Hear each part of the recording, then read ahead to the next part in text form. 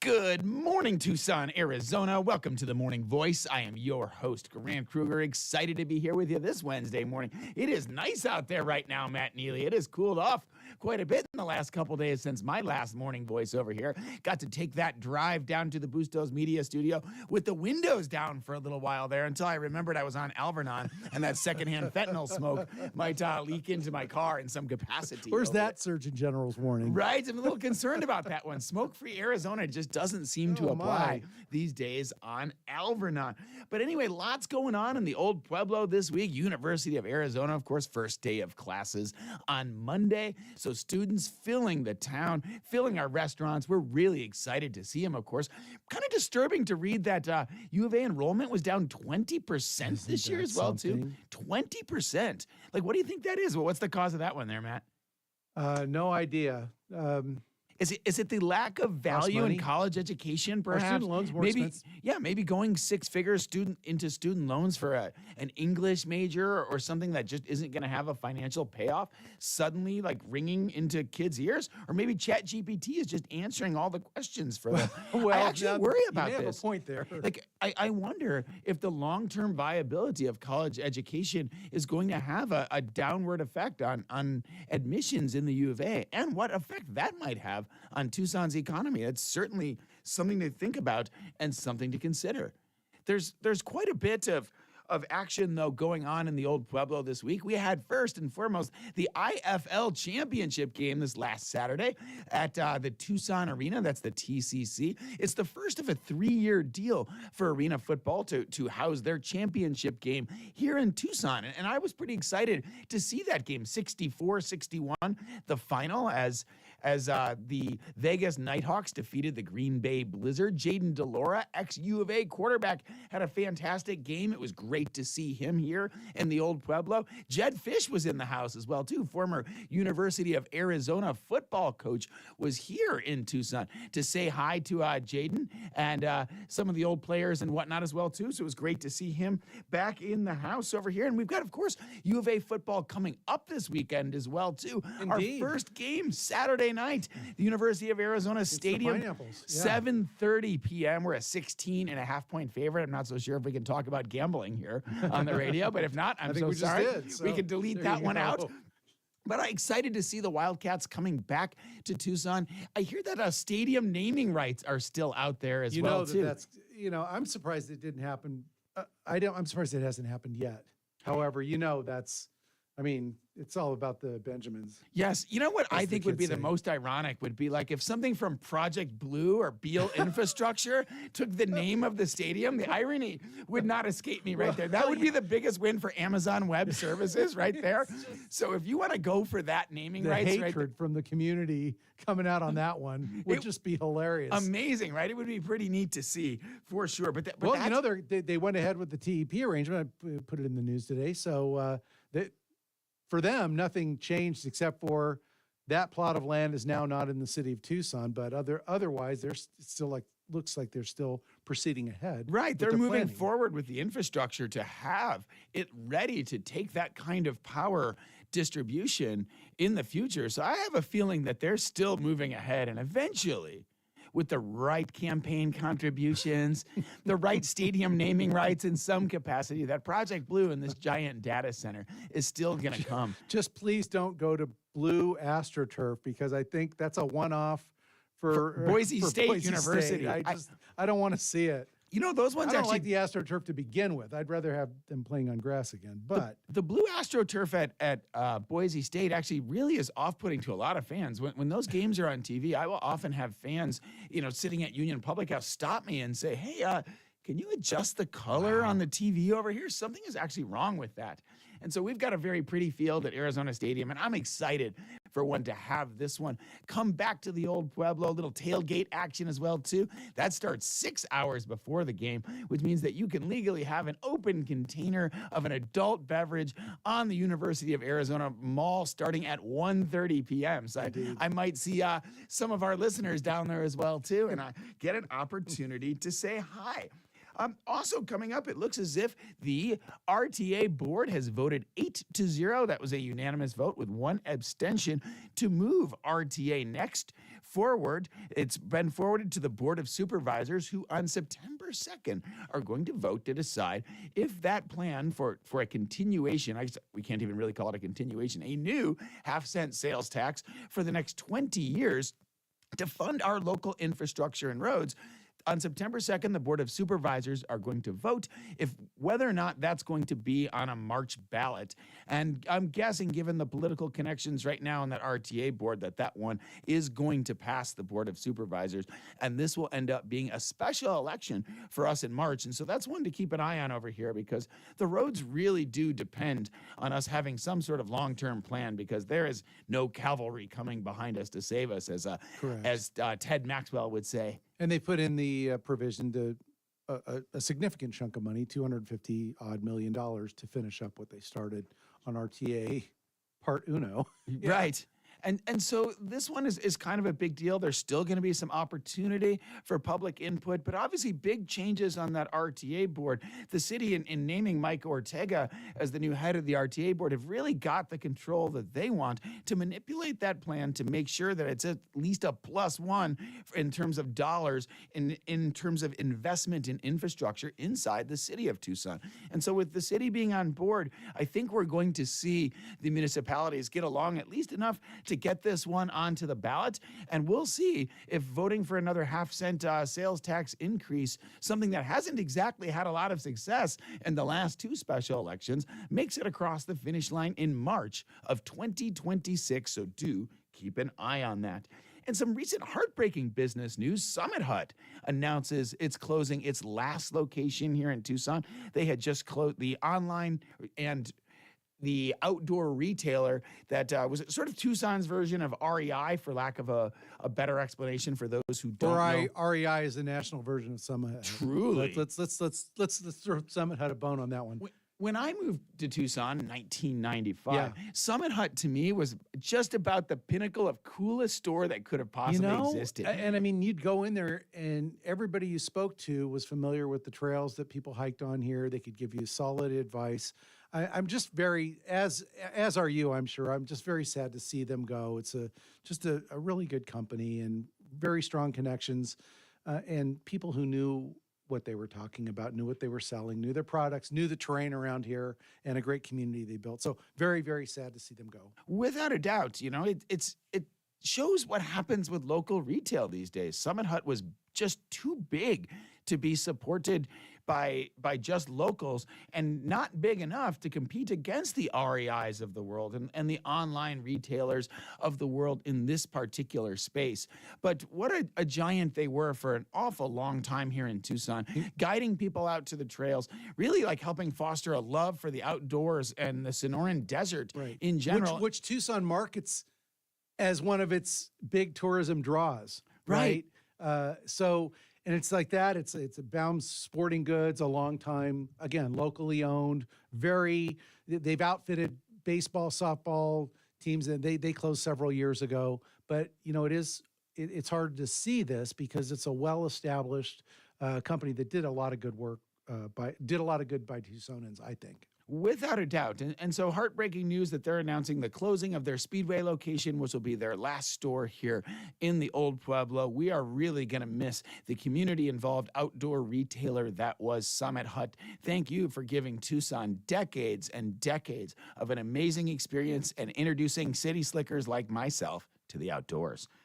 In other political news, Sadie Shaw lost her lawsuit against the city and the county recorder to overturn the election results and possibly have a whole nother election, which would have cost $350,000 or $400,000 to the county to run. But the recount is still going on. We should get some results, I believe, by the end of this week. We're waiting today and tomorrow. And if the pattern holds true, that there would have been a last Friday read in the unveiling it in court. So I guess that would happen this Friday.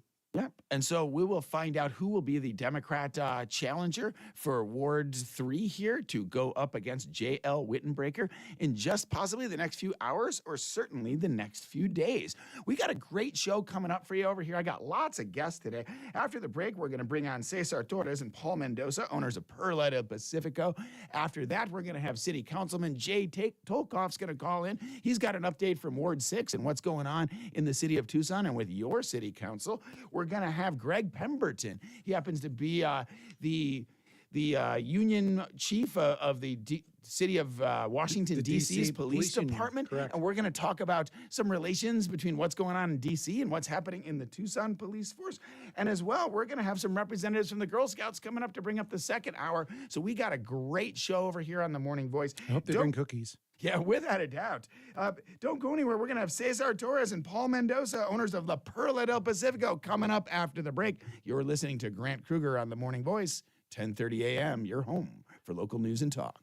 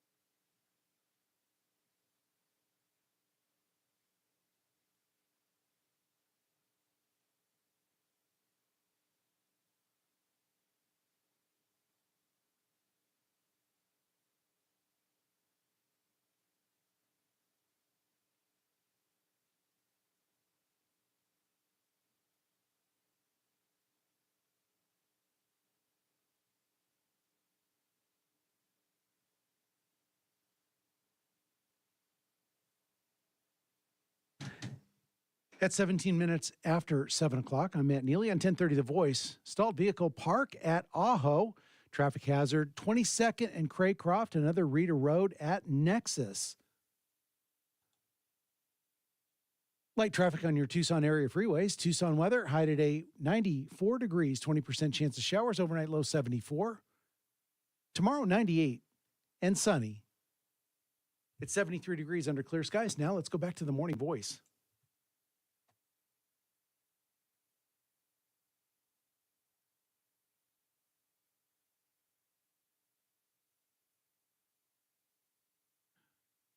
Welcome back to the Morning Voice. I am your host, Grant Krueger. Every week, we love to bring you exciting content, local news, politics, business, and of course, my favorite, the restaurant industry. And I have the great fortune of being joined live in the KVOI studios right now by a couple of budding young entrepreneurs, the owners and operators of La Perla del Pacifico restaurant on 22nd, Cesar, Torres, and Paul Mendoza. Good morning, guys. Good morning. Good morning. Hey, Thanks for having us. Thanks so much for taking part of your Wednesday to join us on the Morning Voice. Why don't you guys break down where and what your restaurant is? Where are you guys located? Well, it's on 22nd Craycroft, and it's called La Perla del Pacifico. Before us, there was a restaurant called Mariscos Mi Mazatlan. And as I was telling you earlier, Tucson is known as the Old Pueblo. Mazatlan is known as La Perla del Pacifico, the Pacific Pearl. That's where the name came from. And I'll let Paul go on with a little bit of history about La Perla del Pacifico. Yeah, so thank you again, Grant, for having us here today. We're excited to share this news with Tucson. I think Tucson is known by our food. So we're excited to be part of this community and bring maybe a new twist or concept to mariscos or seafood from our Mexican culinary community and everything like that. I love it. It's always a big entrepreneurial risk to get out there and start your own restaurant, right? It's a lot of money. It's a lot of work. It's a lot of stress. How did you guys get your start in the restaurant industry? Well, Paul, my background is finance, and that's what I mainly do at the restaurant. I figure out, this is Cesar, by the way, Cesar, and I manage the monies and the resources. We make sure that the inventory is there and, all the boring stuff. But we also get to know all our patrons. And as we were going down this business, because I'm in the finance business, Paul came to me one day and said, hey, I have this new idea, new concept. Why don't we tag along? Why don't we go visit this restaurant that's going to be, there's an opportunity here. So he invited me to this new venture. I think as an entrepreneur for like 10 years, you never know when the opportunity is going to show up or what is going to happen. But I think the restaurant industry has always been something that I've been passionate about, or I always saw myself kind of owning a restaurant. So when this opportunity came along, I spoke to Cesar and I'm like, hey, I think it's a good opportunity for us to jump into this and probably bring something different to Tucson, not to reinvent the wheel, but make it a little bit better. What can we actually bring? And food is a great connector, right? It's a form to be able to communicate with different community members, just different people, cultures. And I feel that's what we're trying to bring with La Perla. I love it. So you guys announced a grand opening on June 27th, but you were in the space a little bit before then, right? Correct. Yeah. So we were trying to find our footing, right? I think as an entrepreneur or a restaurateur, like you might know, is by trial and error, right? Like figure out like what the customer wants. Maybe we fell in love with one type of menu, but our customers were like, no, we really don't want that, or we want to change it. And since like Cesar mentioned, with a history of that spot being open for so many years and having a loyal customer base, we're trying to figure out, okay, how can we rebrand it to honor what it was there before us, and at the same time give it a better twist or a better flavor, I guess, to bring it back. So mariscos can be a tough draw in Tucson, right? Certainly a very popular culinary concept, particularly in Mexico and for Mexicans. I lived in Mexico for 11 years, had a restaurant down in San Carlos, Nuevo Guaymas. So I know a thing or two about mariscos, right? But it can be kind of considered tough in the old Pueblo. A lot of people say, well, you're landlocked in the desert. How do you get fresh seafood? Yeah. What are your secrets to bringing fresh mariscos into La Perla del Pacifico? Well, now that you mention San Carlos, one of our best plates is pargo frito, the red snapper. Yep. and we bring it from that area, from the area of Guaymas, Empalme, San Carlos. We bring it fresh. We have a direct supplier. So, it's literally from the ocean to your plate. And that's what we try to bring, some original plates. And you'd be amazed how many people actually like seafood and the type of seafood that we bring. So we try to bring it fresh, of course. That red snapper is one of our main plates there. I love it. That's a great Yeah. dish. No, yeah, and I think I'm sorry to interrupt, but like you mentioned, it's always you are never aware of what is available to you until you jump into this type of industry, right? And the relations you have, and knowing about the freshness or the product that is available to actually have a good seafood plate in the desert is amazing. That we can provide that. We used to always get Guaymas shrimp, right? And it Right, used to be right. even named on menus like 10 or 20 years ago. It was so common. And over the years, the catch of shrimp in Guaymas has gotten less and less and less every year as technology has gotten better and better, right? We've been able to use GPS in ways to sweep every bit of the floor of the Sea of Cortez to make sure that we haven't missed a spot at all. And unfortunately, it doesn't seem like that's a growth industry, huh? Mm-hmm. Well, we have to keep in mind it's seasonal. And the season opens in September, October, November, December. So you have to bring the shrimp from other locations. The same thing from octopus. So it's the octopus is brought sometimes from Spain because the season is closed up in Mexico. So it really depends on where you're going to bring the oysters, from the East Coast or the West Coast. So it's a seasonal situation, and you have to be up in the trends, and you have to talk to your suppliers also. Sometimes the cost goes up on oysters and it gets really expensive, but we must keep the same prices consistently. But one of the things that I enjoy the most is talking to the people that visit us, just talking to them. And it's such a beautiful thing that they give you really good feedback about your food, about the location, and something that's Paul and we talk constantly about how are these conversations going, that they like, what they don't like. For instance, when we came in, the menu was long. I mean, really, really long. And that's not the trend. You need to keep it easy. You have to keep it simple for the people coming in. So we had to reduce that menu from, let's say, 130 products down to about 60, 65 products. Oh, without a doubt. There's certainly something to be said about doing a few things really well rather than trying to be all things to all people. And it's a common problem. Yeah. That restaurateurs have over here. And we're speaking with Cesar Torres and Paul Mendoza, for those that are just joining in, owners of La Perla del Pacifico.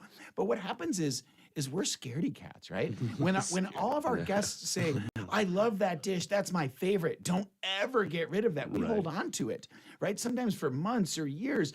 And in your head, you're like, this is the best dish. Like, I can never get rid of this. And then you just keep adding. And adding and adding to your menu. And pretty soon you've got like this 9-page menu, like the Cheesecake Factory, right? There's a Jack Furrier Western Tire Care Center ad between like page 4 and 5. And you're like, what's going on over here with this? And so I think it's really sage advice, Cesar, to reduce that menu, do a few things and do them great. Yeah. Right. And that's easy to say when you have, 15 years of experience like yourself. But in our case, we had to come in and we had to talk to a lot of people to come to the conclusion, hey, this menu is really, really long. You guys need to shorten it up. And we took the time. It took a little bit, like a month to reduce it, but we're down to what we do best. Yeah. And I think it's just going back and for us and or anybody that might think of going into the restaurant industry, lean on other entrepreneurs or your staff, right? Like they know best, like what is the best play that you can actually sell. But for us, even at this very moment, we still have a lot of repeated customers that are like, oh, they used to have this. Can you make it? I was like, no, we're no longer that brand. We are completely new, and this is what we're making now. I was like, it might not be the same, but trust us and taste it. So it's just getting that comfort back to the customer, or just like making them feel, hey, I'm gonna come back and try this new plate. But it is hard. It is hard for you, and it's scary, like you mentioned, to see, because at one point you want to satisfy every single palate, but unfortunately we can't. It's just finding who is going to be your customer. Without a doubt. And I think it really helps for us to specialize. You don't want to have a menu with 120 items. You Yeah. probably don't need chicken and waffles Yeah. or spaghetti at Perla del Pacifico, right? There comes a point where you're like, Yeah. just because I could put that on the menu doesn't mean you should. Yeah, yeah, Right? absolutely. That's fantastic. You guys have done a great job thus far, and the reviews have been fantastic for a restaurant like this. I think there's a big Sonoran influence in Tucson that just loves mariscos, no? It is. It is. And I think one of our biggest priority has always been, like Cesar just mentioned, is just take care of the customers. What we have and to be able to provide good food that is going to be something that's going to be memorable for you. And of course, the experience, right? What is the experience you're going to have when you come and dine with us? I love it. Well, let's take a quick break over here. We're going to have more action coming up from Cesar Torres and Paul Mendoza, owners of Perla del Pacifico. More exciting restaurant talk when we come back on The Morning Voice. This is Grant Krueger. You're listening to 10:30 a.m. Your home for local news and talk.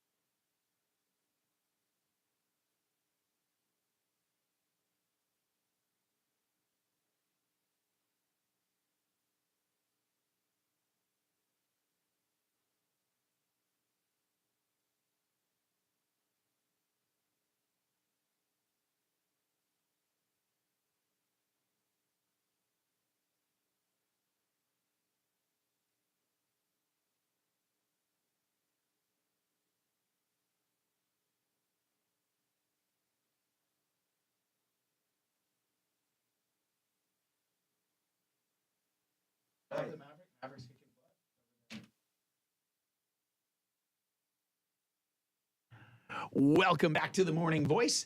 Every weekday, 7 to 9 a.m. on The Morning Voice, we're bringing you local content. One of my favorite things is how we get to talk so many things related to the old Pueblo over here. On Mondays, you've got Lydia Aranda.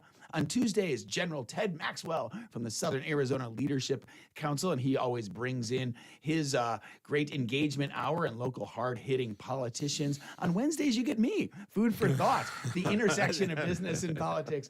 On Thursdays, you've got Tom Moulton from the Southern Arizona Attractions Alliance. And on Fridays, Dr. Ed Ackerley bringing you wonders from the University of Arizona. But right now, we are blessed to have these budding young entrepreneurs joining us for another segment. It's Mr. Cesar Torres and Paul Mendoza, owners of Perla del Pacifico, located on 22nd Street. Welcome back, guys. Thank you. Thanks. Hey, so give me a little bit more inspiration on Perla del Pacifico. Why did you guys choose mariscos? And in so many Mexican restaurants here in Southern Arizona, like what gave you the gusto to go out there and start this concept specifically? You know what? I think when we think about mariscos, I think we always think about them in a linear way, kind of like same plates in different restaurants, just different plating concepts, anything like that. But being able to travel around Mexico and being in different parts and tasting different seafood and different concepts that are completely different to what we know from Sonora or Sinaloa, that's kind of one of the ideas that we had, and bringing in and creating something that is more unique in the plating, that flavors, the taste, the collaborations that we're going to do, or the ideas that are coming up, and just kind of trying to bring something different to the seafood world, and especially here in Tucson. One of the things that I always struggle with, guys, is that balance between authenticity and what people here in Southern Arizona want, right? As someone that also operates a Mexican restaurant here in Reforma, I get people all the time that complain, well, we want authentic. And I'm like, well, do you really want chapulín asado, dried grasshoppers on your guacamole? Because if you go to Mexico City, this is how it's coming. It's legitimately authentic, but yet I might get a call from the health department. Yeah. How do you guys balance that, between authenticity and what people want? It's because seafood or mariscos, they're just great. They're good. It's tasty. It's something original also. And like, for instance, the molcajete. And it's, how can I describe it? A hot stone. It's a lava stone with bacon-wrapped shrimp, grilled octopus, and roasted chicken, and some fajitas. It's a traditional plate. It's good. It's tasty, and the way we present it is with the lava stone. So, being traditional is actually good because it is original. That's the way the same plate that we serve here is the same plate they serve in Mexico. So, having that presentation is actually pretty good.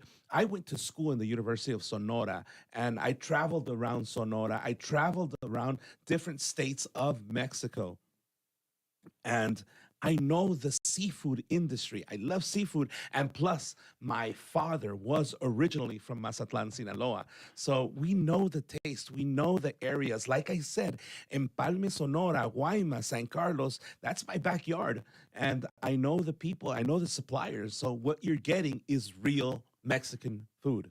I love it. Hey, speaking of Sonora, real quick, we're getting a baseball team here. Yeah, in Tucson, we right? Like, as somebody that spent a lot of time in Sonora, had season tickets to the Naranjeros from Hermosillo back in the day. We could see ex-Diamondback, Uribe Durazo, and some of those guys play on those teams. What do you guys think about the Tucson baseball team and us having a Liga del Pacifico team here I in think Tucson? that's amazing. I think Tucson, I think we all were craving something to come in and just a sport venue that is going to allow us to connect more, to be able to cheer besides the U of A here, right? That we all we're waiting for basketball season, football season, softball, baseball. But I think having something that is like for all of us and to be able to represent us, I think that's amazing.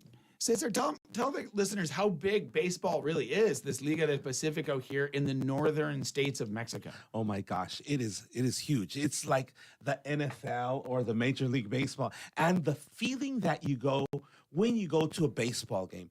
And you go to a baseball game here in Arizona with the Diamondbacks, and it's great. It's awesome. You feel it. But in a Mexican baseball, La Liga del Pacifico, when you go to a game, it's a party. Yeah, it is. Every inning, every in between, everything is a party. Everyone's having fun. Everyone's drinking. Everyone's part of the baseball game. And that's the beauty of it. And, you can have, or you could have your own shirt, and it's not even part of the baseball team. You could be from Empalme, Sonora, or Guaymas that they don't have, but you can have a jersey of Guaymas. They had a sub-team. They had the Ostioneros. The oyster guys. Yeah, for those The that- oyster guys. Right. So it is a big party. And everyone comes together. Let's say Obregón and Hermosillo, in this case Hermosillo and Tucson, are going to face each other. But people from Obregón, people from Puerto Peñasco or Guaymas might come with their own jerseys, and it's part of the game. It doesn't have to be one against the other. And it is just a big party. And guys, girls, older guys like myself and younger people, it attracts everybody. Yeah. I'm sorry. And we saw the impact, right, of the Liga del Pacifico when they come and play those games here for that weekend. And Yeah, the U of A Mexican got baseball involved. fiesta. Yeah, fiesta. And it got involved. Now having that as a recurrent or being part of that season, I think that's an amazing asset for Tucson. Yeah, I'm really excited. That season starts, I want to say the 17th of October, too. And it's not that far away. I mean, we're almost to September right now, guys. So, I mean, we're looking at 6 weeks right now. We're going to have Liga del Pacifico baseball here in Tucson, just down the street from your restaurant as well, too. Yeah. And more than what, finish the game and come over and get some more East Coast. I love it. So tell me some of your favorite dishes of your restaurant. Like, what should the guests get out there? Like, if you're coming to the Perla del Pacifico, like, what's the jam? What am I ordering? I know what you're going to say. Right. So when we're in conversations, I'll be able to purchase the restaurant and go into it. The first dish that I tried there was the seafood rice. Think about it as paella made with Mexican rice and cooked with different types of seafood. It's amazing. I can eat that every single day. It's great. That to me, if I love food, but that it made me. I was like, wow, this is like amazing. This is really good. So we kept that in the Of menu. course, if it's a winner, like, why mess with success over here, right? And in my case, I'm torn between two of them. Our typical dish, that's what most sells, is our pargo frito, our red snapper, our fried red snapper, and it's a whole fish, and it's fried, and it's really good. It comes with a bed of rice and some ensaladas. Additional to that, it's the molcajete that I was talking, el molcajete barbarroja. It's really between those two. Yeah, so I think one day one's the best, and when you taste the most recent, I think this is best. Yeah, well, we incorporated a new dish that honestly is really good. It's a ribeye aguachile. So it's a ribeye steak, and then it's curated with an aguachile sauce on top with cucumber and avocado on it. It's just like it's amazing as well too. Fantastic. How are you guys handling all the increase in food costs and whatnot that we've had over the last couple of years? There's been some real challenges. As the finance guy here, let's talk about cost. We try to adjust inventory, meaning just in time, not buying as much inventory unless there is a special going on. Like, for instance, normally we buy, let's say, 100 red snappers. And they called me, hey, Cesar, if you buy 200, you'll get them at a special discount if you buy them cash.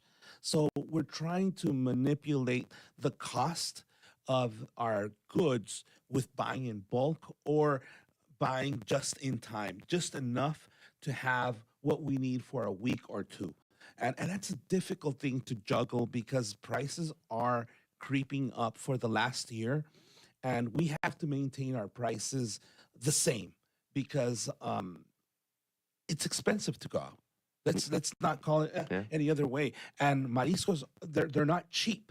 Right. I It's mean, you've got a seafood. base ingredient alone. Fish, seafood protein is expensive on a base level, no matter what restaurant you're going to. Yeah. So we need to keep the prices steady as we buy with our inventory or with our suppliers, and it's a juggling situation that we need to keep our prices competitive, and we're very, very competitive with our prices. I love it. Well, I look forward to getting a chance to visit your restaurant again over there and check out these delicious mariscos at La Perla del Pacifico. Why don't we take a quick break and I hear from a couple of our local advertisers over here. And we come back, we're going to talk a little bit about challenges of operating inside the city of Tucson. You guys are located on 22nd over here. There can certainly be some interesting business challenges. Let's discover some of those when we come back after the break. You're listening to Cesar Torres and Paul Mendoza, owners of Perla del Pacifico, and Grant Krueger on The Morning Voice. Don't go anywhere.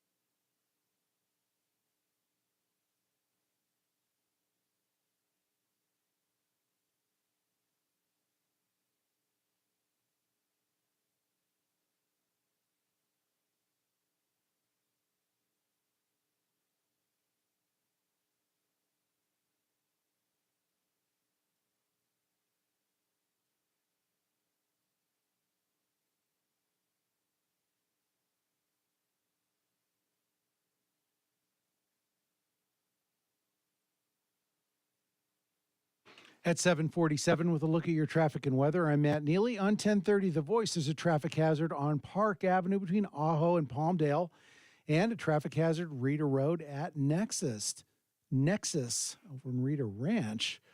On your freeways, slowing on I-10 off and on the westbound side between between Kolb and Valencia. On the eastbound side, slowing between Ina and Sunset Links, and eastbound Ajo, slowing between Old Ajo Way and Holiday Isle.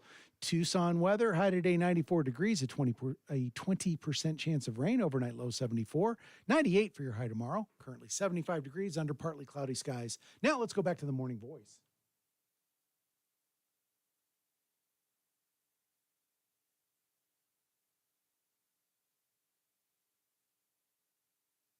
Welcome back to The Morning Voice. I am your host, Grant Krueger. We are joined for one more segment this morning by Cesar Torres and Paul Mendoza, owners of La Perla del Pacifico restaurant located at 22nd and Craycroft. Welcome back, guys. Thank you. Hey, before the break, I was teasing the idea that being in Midtown, right, and I've got a shop not that far down the street from you in the Maverick over there at Grant and Tango Verde, like there are certainly some challenges inside the city of Tucson these days operating a business.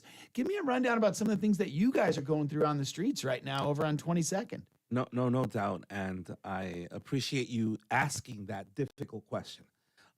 We all know what's happening in our streets with homeless people, and we try to navigate that situation being respectful. How can I be have a Christian heart and attend these people at the same time them being respectful? And that's a difficult thing to juggle. You know, helping them out, but at the same time asking them to be respectful.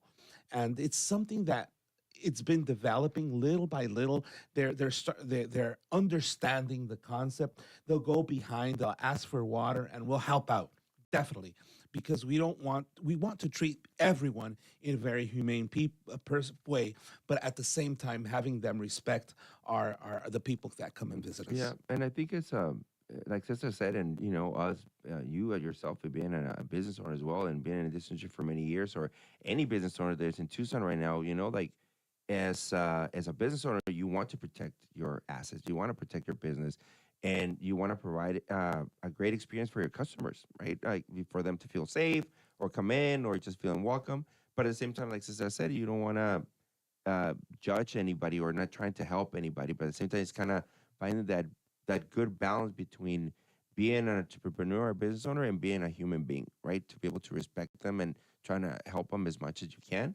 But at the same time, kind of what type of like ambiance you're trying to create for your customers, for them to want to come in into your doors and consume your products or your service. So it's just kind of that fine line. But I think there's definitely challenges. I think that we as a community or a city need to work on for us to be able to help not just them that are in need of help, but us as entrepreneurs as well too. That we need that support from the city for us to be able to operate and be able to provide a service to our community through our business.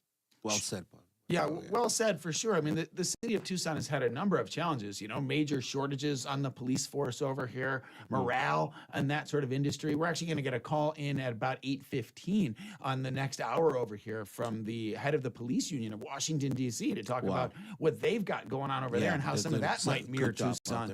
And DC. it's a real challenge here in the city for sure. How you guys doing on staffing?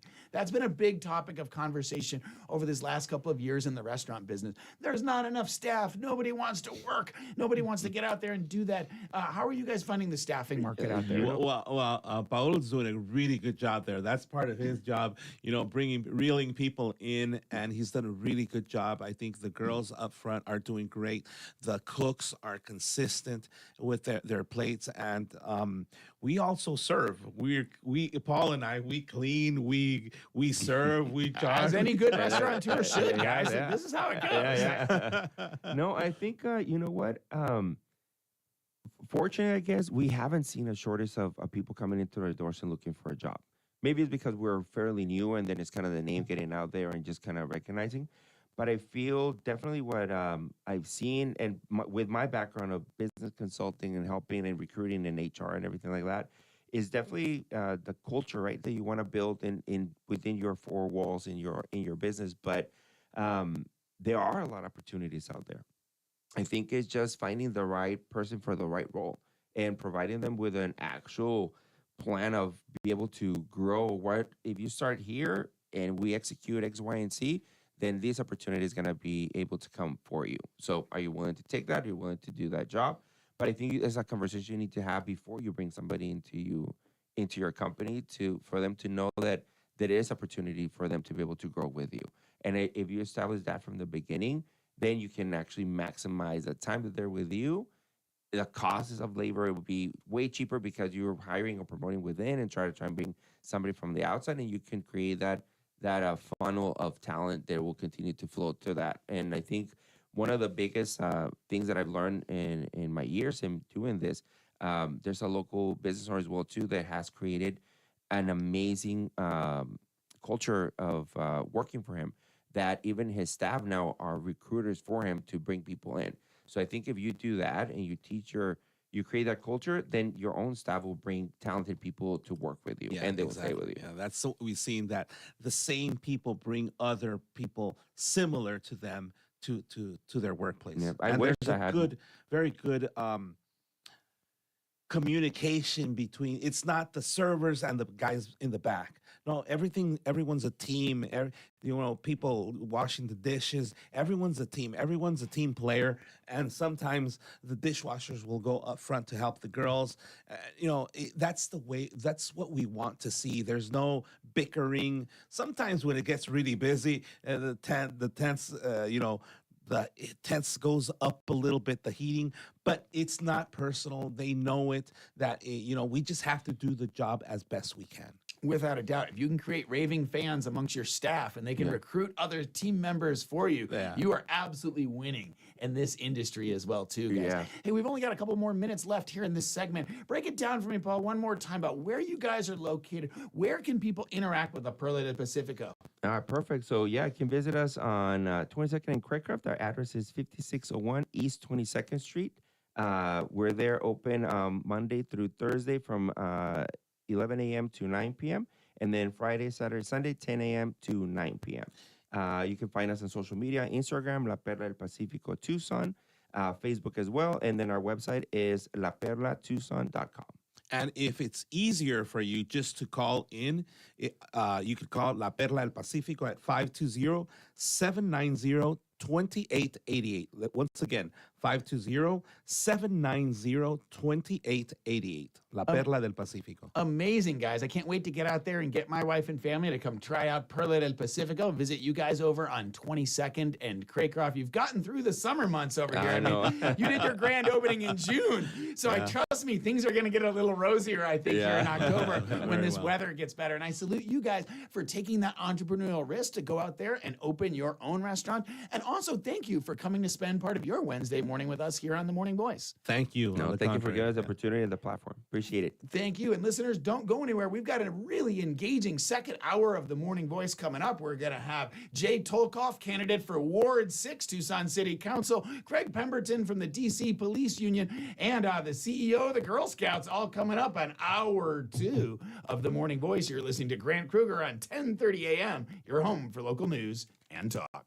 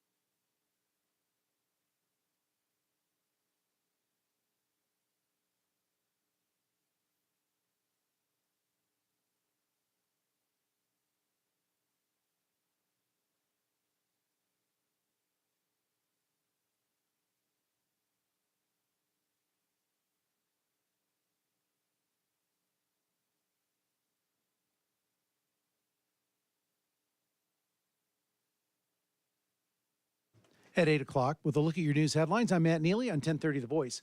Beal Infrastructure says Tucson Electric Power has filed a proposed energy supply agreement with the Arizona Corporation Commission Monday for a new Pima County data center. The company says the project will use existing grid capacity, rely on clean energy, and won't require new power plants. Protections include standard rates, gradual ramp-up, termination fees, and minimum payments to ensure other customers aren't subsidizing costs. Beal says data centers lower overall costs by boosting grid efficiency and will fully cover connection expenses. Pima County Administrator Jan Lesher, in a memo to county supervisors, said that the county was unaware of efforts between TEP and Beal Infrastructure directly related to the filing. Says the county has not been in substantive discussions on data center plans since the Tucson City Council ended annexation plans on the project earlier this month. The Green Valley News reports that the Arizona Attorney General's office says it won't review possible charges in a case involving Sahuarita Police Chief John Nolan and YouTuber James Springer, citing lack of jurisdiction. The August 7th incident captured on video shows Nolan taking Springer to the ground after he refused to leave a restricted area at SPD headquarters. Marana police investigated and have now forwarded the case to the Pima County Attorney's Office. Department of Public Safety will also review whether SPD officers violated state training standards.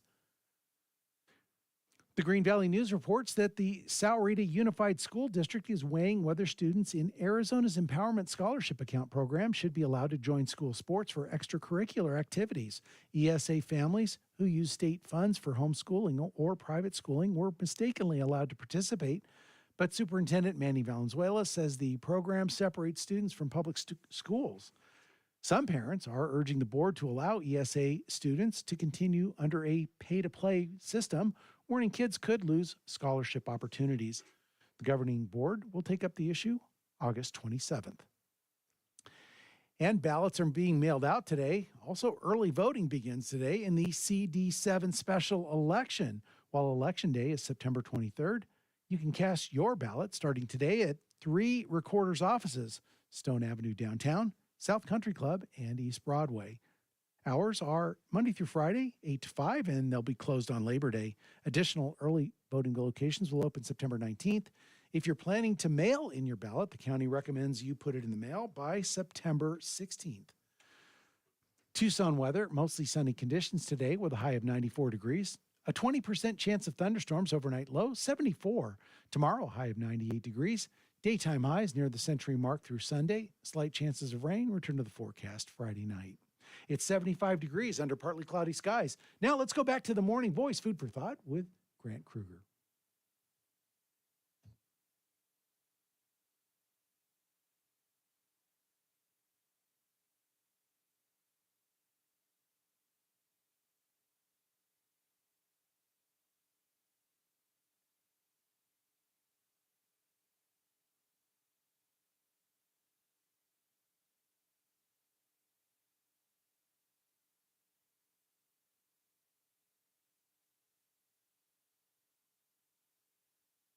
Welcome back to Hour 2 of the Morning Voice. I am your host, Grant Krueger. You know, I love talking local restaurants. It was pretty great to have Paul and Cesar on over there from Perla del Pacifico. I'm excited to go The give joy that they one a shot. bring to their work is just evident. They're really talking to excited them, about yeah. that one. And I love people opening up businesses in Midtown Tucson, making things happen over there. And speaking of Midtown Tucson, we've got a caller on the line right now, Mr. Jay Tolkoff. He's going to be your candidate, the Republican candidate for Ward 6 in the Tucson City Council, having just won the Republican primary earlier this month. Good morning, Jay. Hey, Grant, how are you doing? Very well. Thanks for joining us on the Morning Voice today. My pleasure. Congratulations on your primary win. We're excited for you to give it a go up against Miranda Schubert in that Ward 6 primary on November 4th. You've got your work cut out for you. A lot of campaigning over the next couple months, huh? It's getting pretty busy. I kind of laid low during the primaries, but yeah, it's ramping up. The schedule is busier and busier. I seem to have less time to do things that I would want to do, and I'm doing the things that I have to do to get into a position where I can actually help the citizens of Tucson. One of the things that we've discussed before in the past is the passing last year of Arizona House Bill 2721 that goes into effect on January 1, 2026. So if you win this particular election as our city councilman, you would have to deal with the housing rules that are coming into law right on January 1st. Can you break that down a bit for our listeners? Yeah, actually, I spent a couple hours on the phone with some Arizona legislators yesterday, trying to get the background because, one of the things I find is that, in places like Tucson, we just don't like being told what to do on high, and for some reason, and I'm sure it had a lot to do with the fact that we all know there's a housing crisis across the country, that the legislature felt, we've got to do something. And, special interest groups get involved and they push for different things and people's buttons get pushed and politics plays. And all of a sudden we have the state saying that every single municipality across Arizona has to figure out a new zoning area of the city where we're going to increase density as far as how many units can be put on a lot, and basically cramming more people into a small into an area of town that right now might be a very well established neighborhood. So, to put it in a nutshell, the cities have to identify a central business district, and then they have to draw a mile border around that, and that will be the new area. And one would think that most jurisdictions would say, well, we don't want the state telling us what we have to do. So they would identify the smallest area that they could that would meet the standard of a central business district and put this high density zoning into as little area as possible as they could. This is duplexes, triplexes, and fourplexes that will essentially be kind of not allowed, but basically forced to be allowed inside the city, located within 1 mile of that central business district, correct? That's correct. And it's not just that, it's townhomes also. So, you could have a string of townhomes put into a lot next to you. And the restrictions for setbacks right now is if you have a house that you live in a neighborhood, you can't build within so many feet of your property line so that your neighbors have privacy. Well, they're changing those setback requirements, and this is not specified by the state regulations. This is something that Tucson is doing on its own. They're reducing the lot size that are required for the number of units. And the long and short of it, for instance, on a property that I have,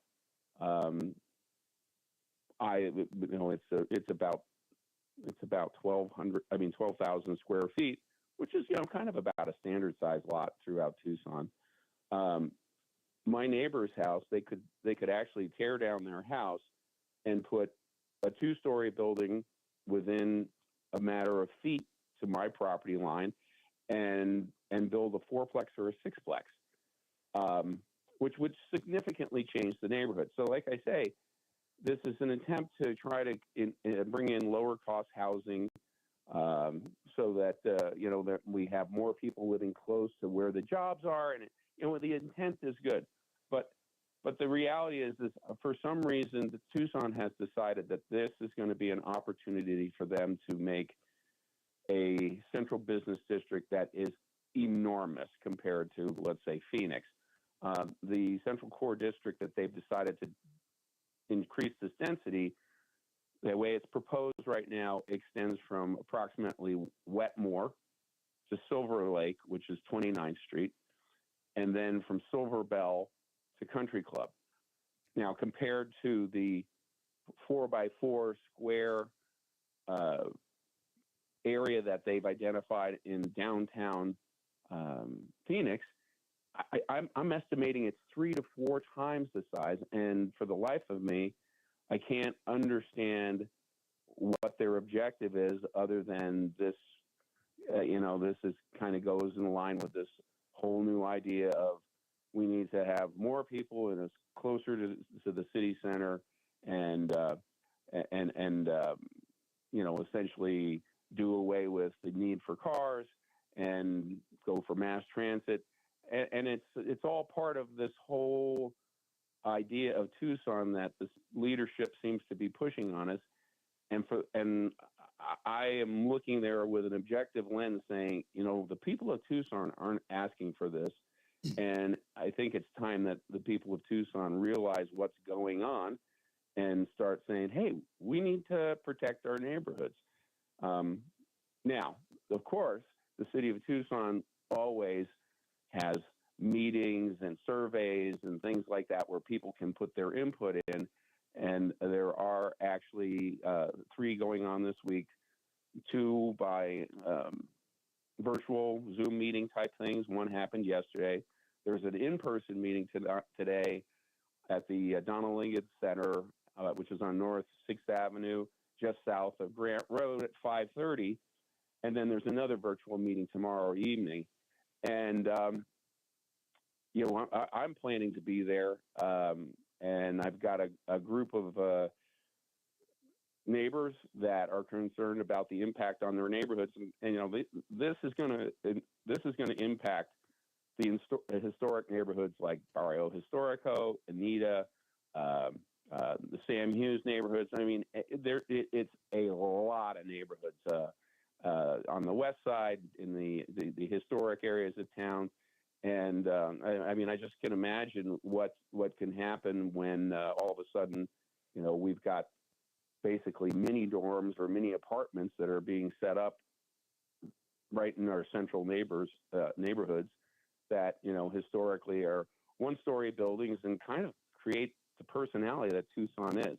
So we got a bunch of neighbors that are going to show up.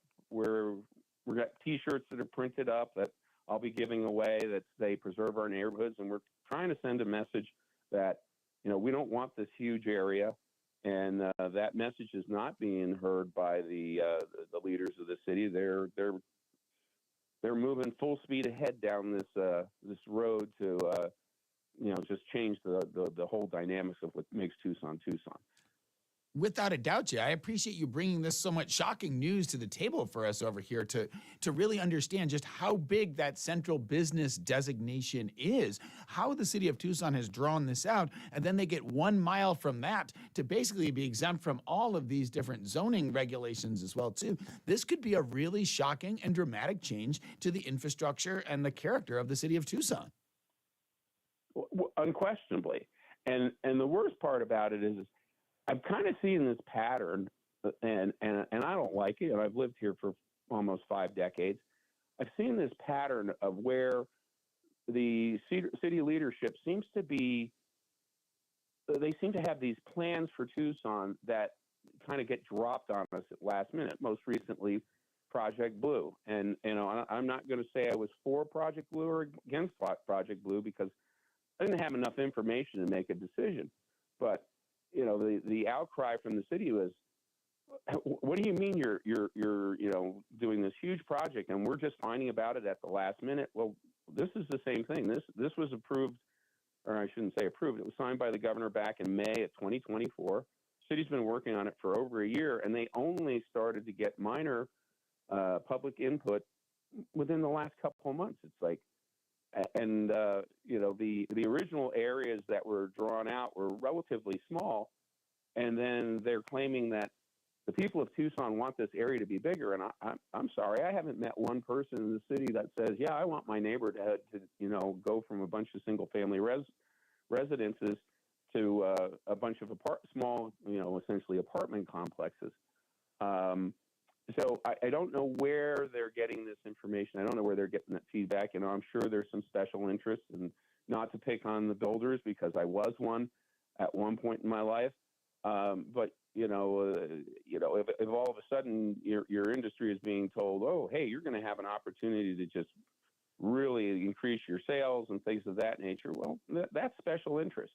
But I always feel that if you're running for the city of Tucson council, that your primary responsibility is to the people of Tucson. And frankly, when I walk around and I say, hey, what do you know about this thing? It's called middle housing because it's housing that's in the middle between individual single family residences and apartments.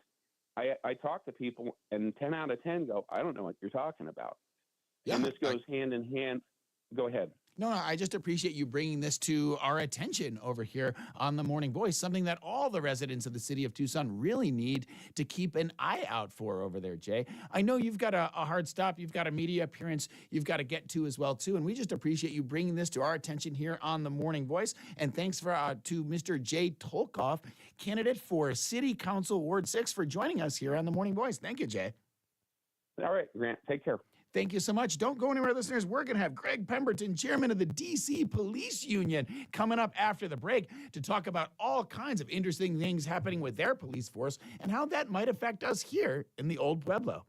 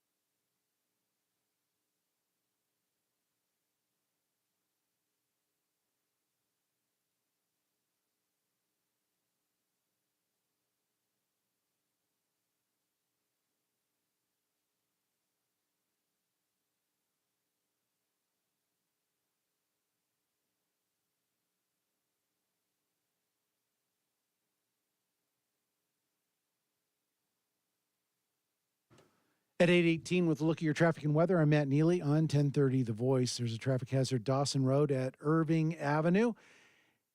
And on Ina, approaching Oracle from either direction. Looks like there's quite a bit of traffic there. It's going to be prepared for quite a wait at that light, eastbound and westbound on your freeways. Slowing on I-10 eastbound between Ina and Sunset Links. Tucson weather, high today, 94 degrees. 20% chance of showers, overnight low 74, 98 for your high tomorrow, and sunny skies. It's 75 degrees under partly cloudy skies. Now let's go back to the Morning Voice.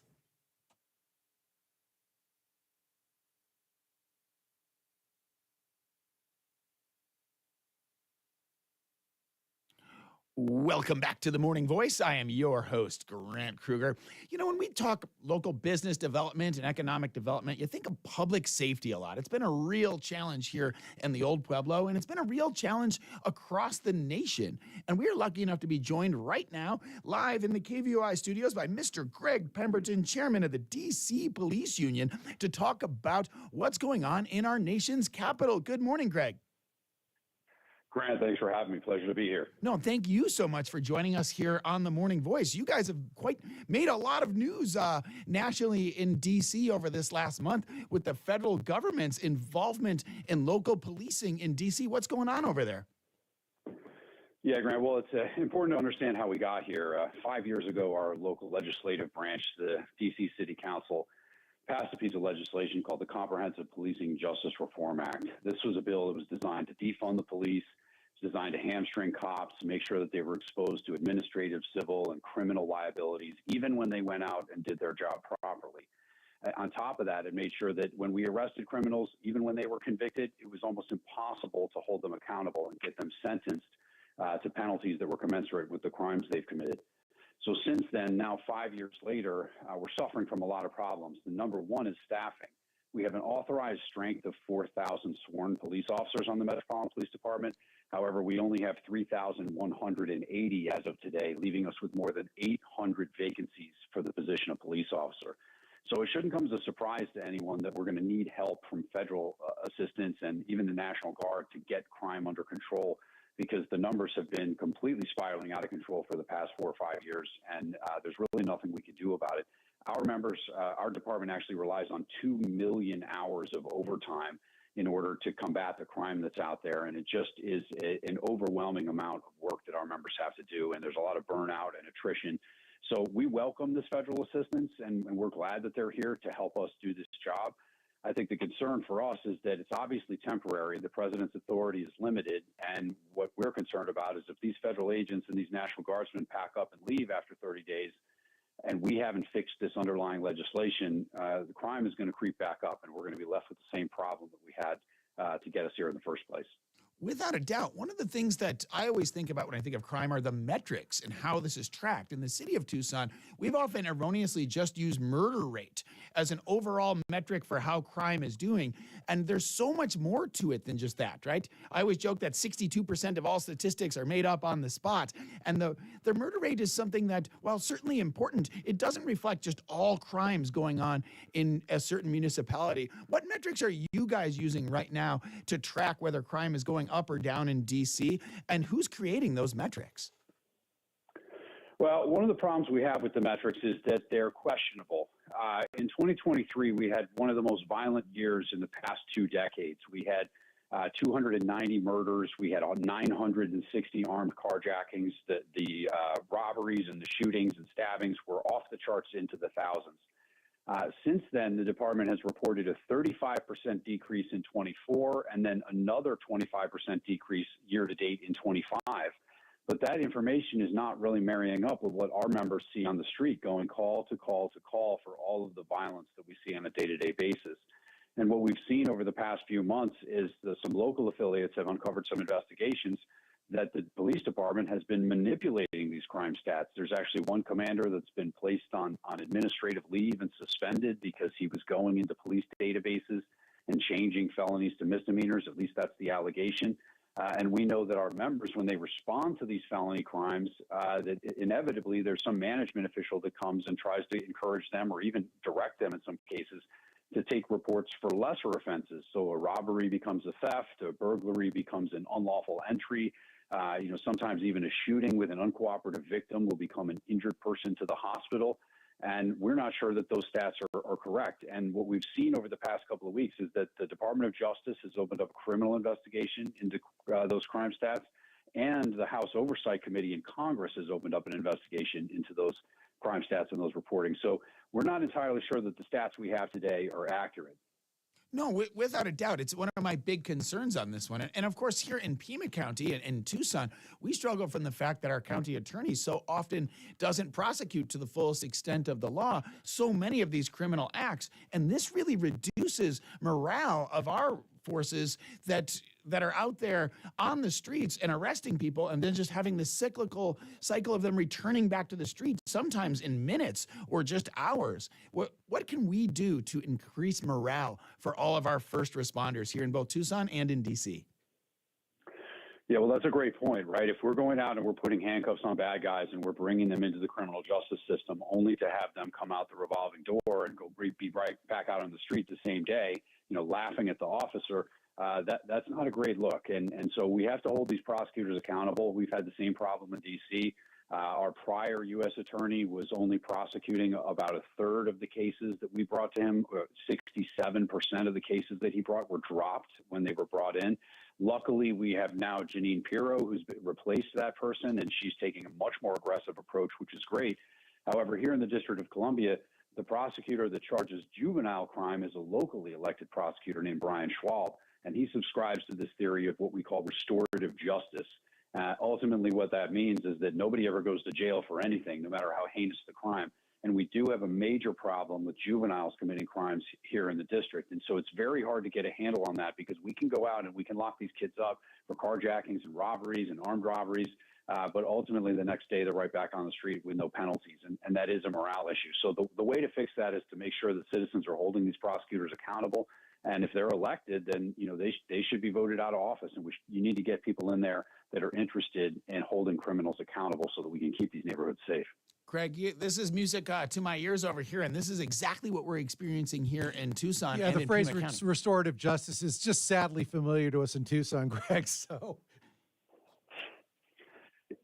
unfortunately, it exists in all too many places, and it's something that we really need to eradicate, because the concept that someone has gone out and committed a crime of violence against another person and that they should just go to an arts and crafts class or an ice cream social, or maybe they should just write an apology letter and that'll solve the problem. Anybody with a shred of common sense knows that that's not going to work, and that's just going to beget more crime once these kids know that there's no penalty for behaving that way, which again strains the police officers and the criminal justice system. So the way to put a stop to this is to get rid of anybody that subscribes to those ridiculous ideologies. Without a doubt. Greg, you represent over 3,000 sworn officers as chairman of the DC Police Union. What are you doing to go out there to recruit? Because we're short here in the old Pueblo as well, too. We're short hundreds of sworn officers, and you're short almost 1,000. Like, what can we do to get out there to get our youth to become active, licensed first responders in some capacity? Well, the candidate pool for people that are applying to positions in law enforcement is significantly smaller than it has been in the past because of all the rhetoric that we've experienced over the past 5 years. There's just less people that desire to get into the profession. But the problem here is that the people that are desiring to get into the profession are seeking agencies that are not plagued with these ridiculous, onerous policies that I talked about earlier that prohibit officers from doing their jobs and expose them to all kinds of liabilities, even if they do their job properly. And that's how they shop around. I'm dating myself here, but I came on the police department 20 years ago, and I was looking for the agency that paid the most. But now what these kids are looking for is they're looking for the place that's going to treat them with respect, that's going to allow them to go out and put handcuffs on bad guys, and it's going to back them up in times of stress. Many of these major city police departments, as you mentioned, don't subscribe to that, right? Police officers are guilty until proven innocent. Anytime a complaint comes in, and they're going to have to go ride the bench until they get to the conclusion of that investigation. And that's how kids are shopping for these jobs right now. That's why a lot of rural agencies don't have staffing problems, and they have more candidates than they can even fill positions for. But the major cities, they're completely suffering from these attrition numbers and these staffing losses, which is just causing brain drain and making the departments, they're bringing down their efficacy. So we've got to do something about the underlying policy that prohibits officers from doing their jobs, because that's one of the main reasons why people don't want to work here. Without a doubt, Greg. I mean, what you're saying rings so true. It's so parallel to what we're experiencing here in Tucson as well, too. I salute you for just taking on this challenge over there in D.C. and fighting the good fight, because this is not going to be an easy battle in such a big and such an important municipality over here. We've got about 1 minute left in the segment, Greg. Any other update you want to give us from D.C.?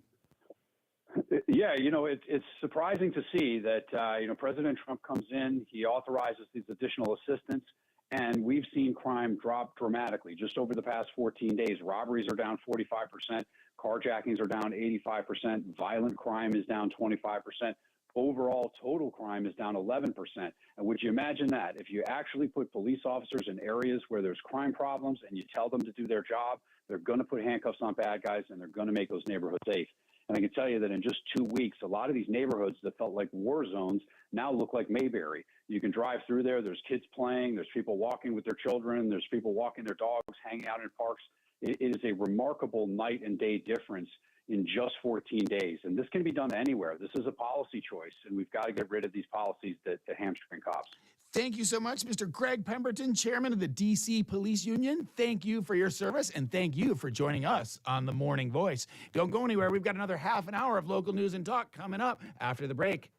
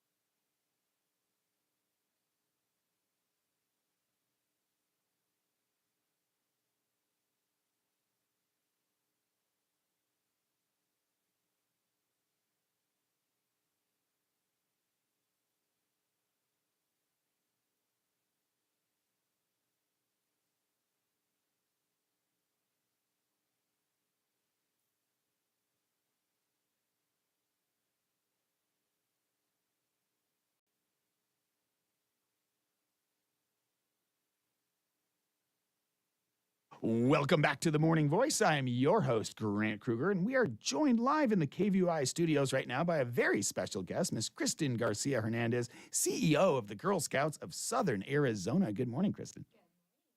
Having me. Hey, thank you so much for joining us here on The Morning Voice today. Really excited to have the big boss of the Girl Scouts here with us. It's great to bring something positive up in the community as well, too, like a group that really does a lot for local girls over here. I understand you guys are celebrating a 90th year anniversary right now. Is that true? Correct. So 90 years here in Southern Arizona. So we are just thrilled to be able to celebrate 9 decades of amazing leadership, of growing strong young women. And there's so much to celebrate.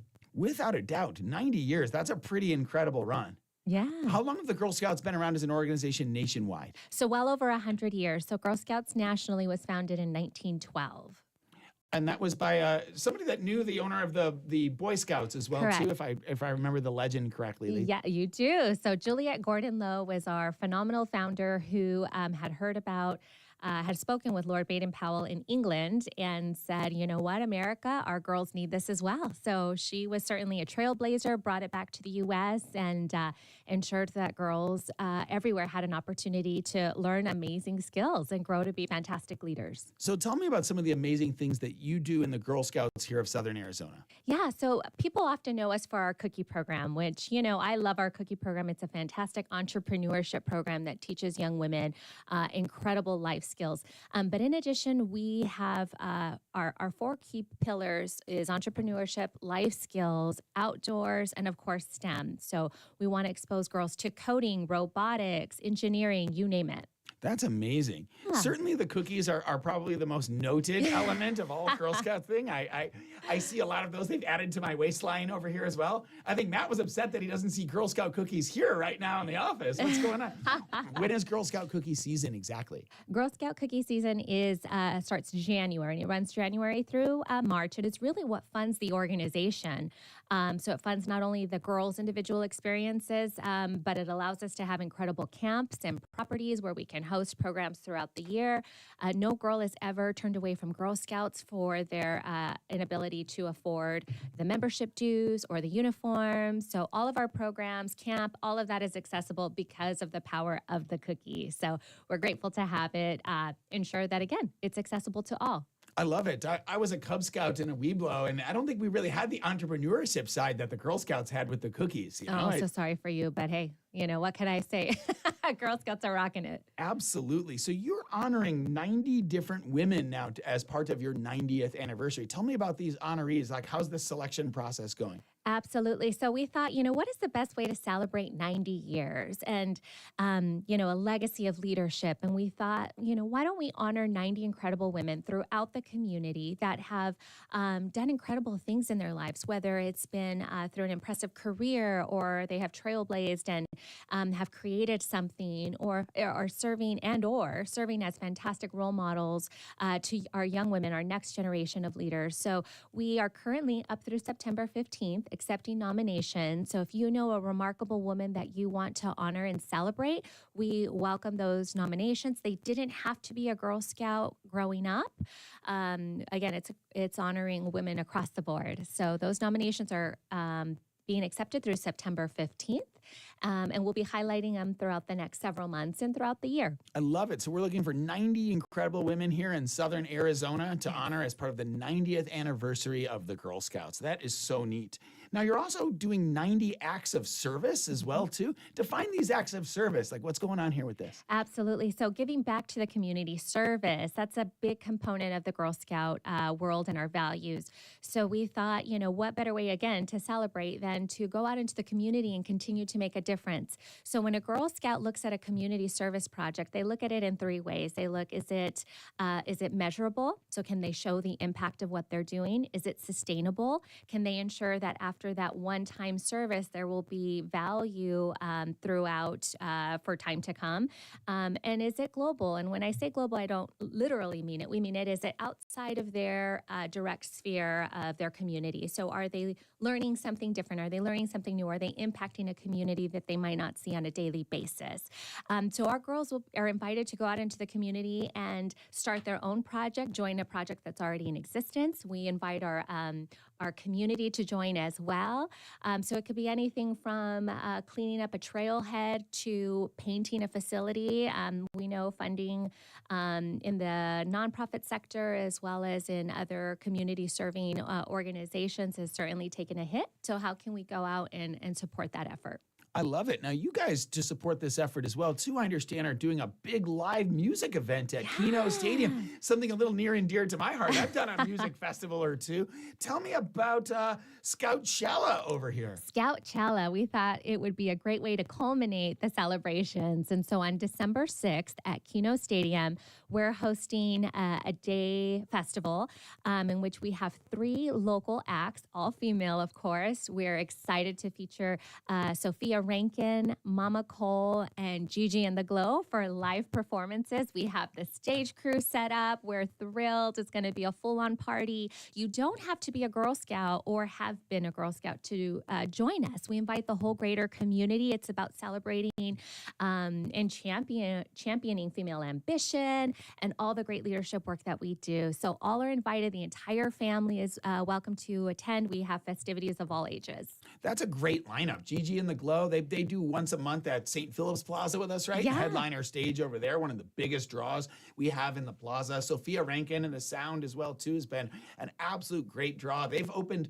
up at the Dusk Music Festival a number of times, and I think they're doing Dusk this year as well, too. So they're a big draw. And, of course, Mama Cole as well, too. She plays for us over at the Maverick on the east side. I love Mama Cole. We get her in at least once a month over there, too. So this is a fantastic lineup you guys are going to have. And this is December 6th? Correct. December 6th. It'll be from 11 to 4 p.m. So enough time to go to other holiday festivities and what have you. But yeah, a powerhouse lineup. And we're so excited. And all 3 acts were just so gracious and said, heck yeah, I'm on board to celebrate, girl leadership. So we're excited. I love it. How much are tickets for Scoutchella, and where can listeners go to get Scoutchella tickets so you don't have to buy them scalped on the secondary market? Please don't go directly to us. Tickets for kids, youth, the ages 3 through 18 are $25, and for adults, $30. They are on our website. We have 2 websites, our main website and a website specific to this. So 90 Years Strong, GSSOAZ.org. So that GS, Girl Scouts, SO, Southern Arizona.org. I love it. Are the cookies going to be available at Scoutchella? Like if I go to Scoutchella, is there going to, because I know it's not January yet. If cookie season Correct. starts in January, and this is December 6th, if I go, can I get a Girl Scout cookie? That's a great question. So fun fact, cookies will be embedded a little because we're also hosting our cookie rally, our annual kickoff, if you will, to the cookie program. So yeah, we will have cookies, not for sale, but for tasting. Ooh, I love it. What's your favorite Girl Scout cookie? If you had to pick one of the bunch, like what's your go-to over there? Oh, that is a tough question, but I have to say, I'm going to have to cheat and say 2. One, I love the traditional OG of cookies, the trefoil, which was the original cookie from 1917. That shortbread cookie is delicious, but also I love the Adventureful, which is a brownie cookie mixed in one with salted caramel. It's delicious. Matt, you got a favorite Girl Scout cookie over there? So I think you were mentioned this earlier. I think we might have a sleeve or 2 of Thin Mints in the freezer yet. Saving Whoa, for like a stash over here. aging for the summer, right? And then, but the Thin Mints and they have a lemon one that I really like. Yeah, I'm kind of a Thin Mint guy over there too. Those things are like crack. Like I can't just keep those around like my house regularly because I will literally eat all of them in one setting. It's really horrible. I can't believe a sleeve has survived this long, but here we are. There is one. So yeah, I love the secret stash of Thin Mints over here. You've been bogarting those Thin Mints from me. You haven't told me at all. I come in every morning with my coffee, and little did I know didn't within say just this a few yards. freezer. Oh, okay. Sorry about that. No, I love it. See, so folks, make sure you get your cookies when they're in season and they last. Just throw them in the freezer and you've got them for months to Love to it. Hide that stash. A great trick over there from Matt Neely, Esquire, keeping us informed on KVOI. Why don't we take a quick break over here, hear from a couple great local sponsors. And we've got one more segment coming up with Kristen García-Hernandez, CEO of the Girl Scouts of Southern Arizona. Don't go anywhere. You're listening to Grant Krueger on The Morning Voice, 10:30 a.m. You're home for local news and talk.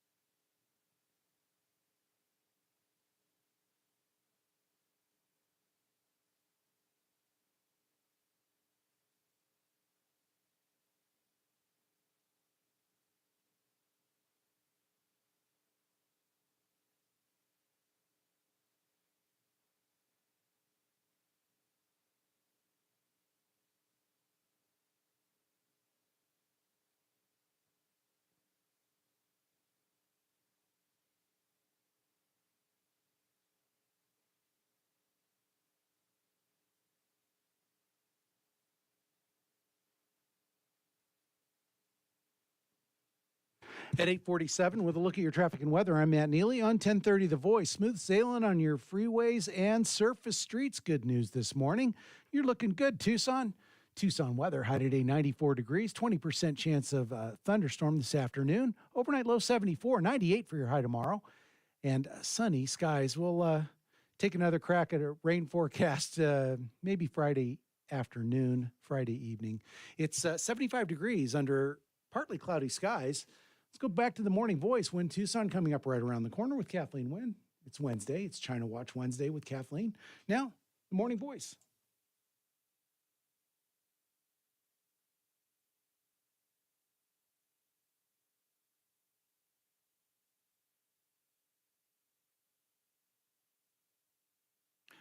Welcome back to the Morning Voice. I'm your host, Grant Krueger. Thank you for spending part of your Wednesday morning commute with us here on 10:30 a.m. It's gorgeous outside right now. It has really cooled off these last couple days.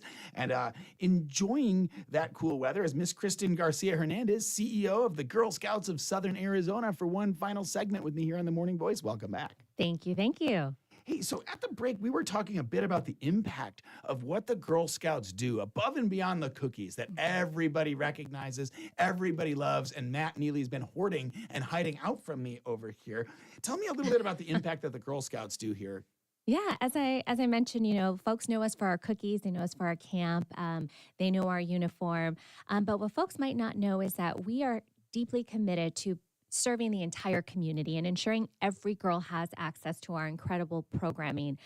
So we work with, we serve 5,000 girls annually throughout Southern Arizona. And of that, about a third of our girls we work with are through staff-supported programs where we go into underserved communities and provide Girl Scouting year-round. We go into low-income areas and provide Girl Scouting weekly at after-school programs. We work with the foster care, highly involved within the foster care system, and we work with kiddos who are either in a group home or in a home placement or in kinship care. And we ensure that these girls have access to Girl Scouting, especially if they're moving from one home to another. We want the constant to be Girl Scouting. In addition, we work with girls that are involved with the juvenile justice system. So we work with girls inside juvie. We go in weekly and deliver programming. Absolutely. And we work with girls that are either out in detention or working through diversion programs. We have a fantastic relationship with the Community Justice Board.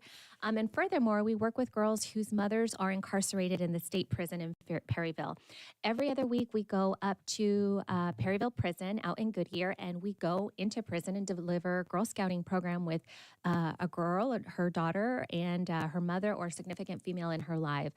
So again, the reason why is we want to ensure that every girl has access, regardless of her home situation or regardless of what she is navigating. She has potential. We believe in her. We want to do our best to empower her to be her very best self and grow to live a life of her desires. And that's what Girl Scouting is all about. You'll see the uniform. You'll see all those wonderful badges all over their sashes and vests. And those badges represent a toolkit that allows them to live life on their terms, to be successful, to pursue higher education or pursue the career that they want or live the life within the community that they so desire. That's what we're all about. I love that, Kristen. That's so much more than I would have thought with the Girl Scouts. When you think of Girl and Boy Scouts, you think of outdoors and camping and life skills and bonding and whatnot. But you don't necessarily think of like the penal system, right? And work, in these corrective facilities. That's really amazing stuff. Absolutely. And, so much happens in one's youth. And we want to ensure that one scenario or circumstance doesn't define their potential and what the rest of their life will be, and what they can do. So we are for every girl. And when you support Girl Scouts, when you buy that cookie, when you see Girl Scouts out in the community making a difference, that's what you're supporting. You're supporting a pipeline of phenomenal, strong women who are going to contribute great to this society. I love it. So if one of our listeners has a daughter or a granddaughter or a great-granddaughter even, for some of our listeners probably out there, that wants to participate in the Girl Scouts, how do they get involved? How do they reach out? Absolutely. They can give us a call. They can call 520-326-2266, or they can go to our website, girlscouts.soaz.org. Our team would love to connect with you. There's a variety of ways to get involved. You can be involved on a weekly basis, on a monthly basis, just at summer camp. You can plug into programs as you so choose. We also have Girl Volunteer Corps for our teen Girl Scouts who all they do really is go into the community and say, what are the issues at hand? How can we make a difference? And do a community service project. And they go on to the next and to the next because they have that giving, that service spirit, if you will. So again, a variety of ways for you to be involved. You can choose your own adventure. Just give us a call, connect with us, and we'd love to plug you in. I love that, Kristen. Now, you guys have a campus here in Tucson and Midtown on Broadway as well, too. Can you tell us a little bit about that campus? Yeah, absolutely. So our Broadway campus is where we have programming throughout the week, on the weekends. You can plug into astronomy nights. You can go into cooking classes and tasting. We do art. We do robotics. You name it. There's something for every girl. I love Girl Scouting because we're non-competitive. Every skill set is welcome. Every age 5 through 18 are welcome. You can join a troop or you can come as an individual girl. In addition, that's our main office, but we have 2 camps, actually. We have the day camp hacienda property out on Sabino Canyon and Tanque Verde. And then on the mountain, if you want to go out and explore the pines, get out of the heat, we have a beautiful camp that we operate not only during the summer, but in the fall and the spring as well. No way. Where in the mountains is that located, Kristen? Oh, high in the pines. A secret location over here. I like it. That's awesome. We'll keep it as that, the Bat Cave, Girl Scout secret over here.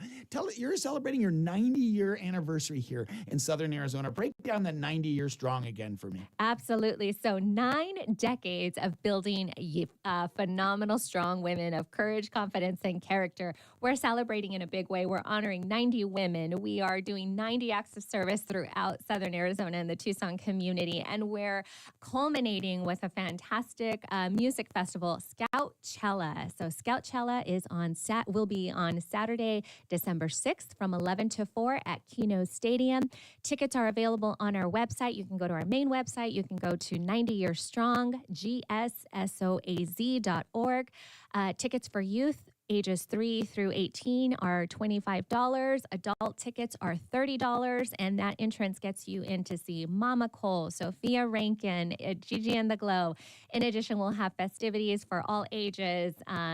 You name it, fun activities, lots of food. Girl Scouts love to throw a good party, so we'll make sure that you are content, that you'll enjoy the music, love the food, and get to celebrate with us. I love all of that. I am so excited for Scoutchella right now. Like I can't even believe it. I love the artists that you pick with that. I love the cause. I love that you're taking some time out of your Wednesday to join us over here in the KVOI studios and talk about the Girl Scouts of Southern Arizona. And I thank you so much for putting in so much time and effort to become the CEO of the Girl Scouts. Like, what a role, what an honor. And it's a real honor to have you join us here today. Absolutely. Thank you so much, Grant, for having us. Thank you, listeners, for joining us. It's been a great show today. I love that you get to spend your Wednesdays with us and talk local here on the Morning Voice on 10:30 a.m. We're going to have Kathleen Wynn coming up after the break. She's got her China Watch show coming up. Tomorrow, it's Tom Moulton from the Southern Arizona Attractions Alliance, bringing you all kinds of neat things happening in the Old Pueblo. Looking forward to joining you next Wednesday on the Morning Voice. Thank you for listening and have a great day. Enjoy that fantastic weather out there and bear down on Saturday when we face the Rainbow Warriors of Hawaii at 7:30 p.m. See you out there. Thanks so much. You're like a pro. You must do this.